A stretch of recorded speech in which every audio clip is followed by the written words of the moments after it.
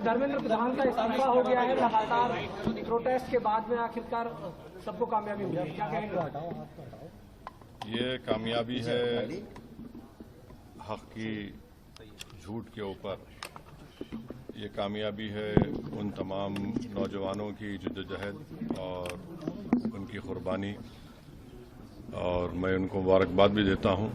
और आज का जो तब्दीली पैदा हुई है वो इस बात की तरफ इशारा देता है कि मोदी सरकार अगर ये समझ रही है कि वो जो चाहे कर सकती है, चाहे बुलडोजर से घर तोड़ सकती है या फिर किसी को दबा सकती है, तो इस आंदोलन ने इस बात का उनको खुला पैगाम दे दिया है कि अब तानाशाही नहीं चलेगी।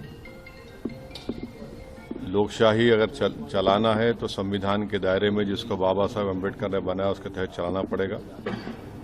और हम उम्मीद करते हैं कि मुस्तकबिल में, फ्यूचर में कोई पेपर लीक कहीं पर भी किसी प्रदेश में या फिर किसी हमारे देश के नेशनल जो एग्जाम्स होते हैं उसमें नहीं होगा। अभिजीत दिपके कह रहे हैं कि अभी ये लड़ाई बाकी है, अभी तो ये सिर्फ शुरुआत है।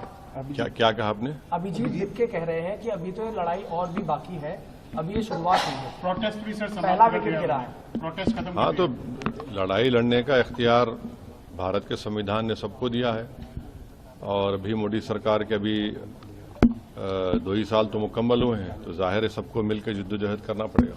अखिलेश यादव कह रहे हैं कि इनकलाब की जीत हुई है। अब वो उनके बारे में मुझे सर, अजय राय हैं कांग्रेस अध्यक्ष, वो कह रहे हैं कि अब धर्मेंद्र प्रधान की गिरफ्तारी भी होनी चाहिए और फिर उसके बाद जांच होनी चाहिए। कोई दूसरे पार्टी का क्या बोलेगा, हमसे क्यों पूछ रहे हैं आप?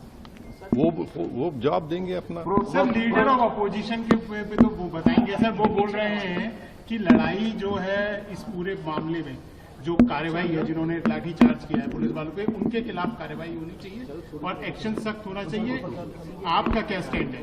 4 लोगों को पेलेट गन से गोली मारी गई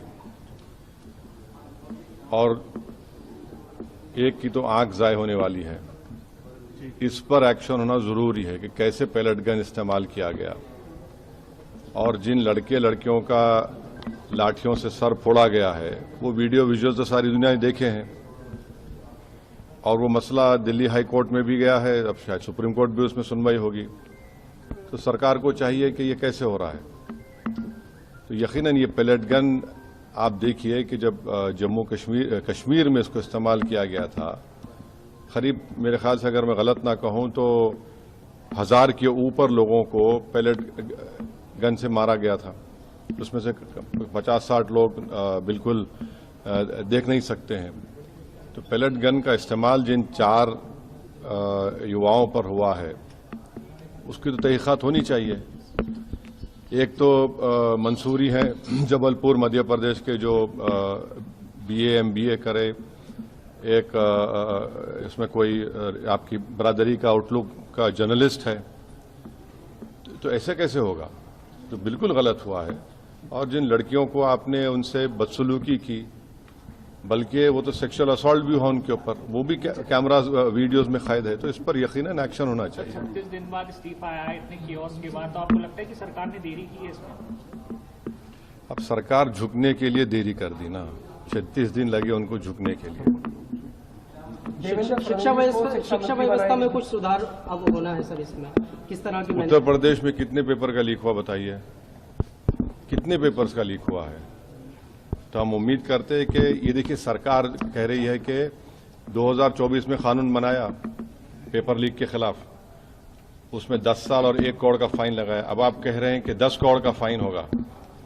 भाई, पेपर लीक हो क्यों रहा है वो तो देखिए। आप कानून बनाएंगे, ये बनाएंगे। अच्छा, फास्ट ट्रैक कोर्ट तो एक मजाक बन चुका है। 2009 में फास्ट ट्रैक कोर्ट बनाया गया और 2019 से बनाया गया। 2019 से 2026 तक आपको मालूम कितना खर्चा हुआ उसके पर? पार्लियामेंट में जवाब दिया 1100 करोड़ रुपये।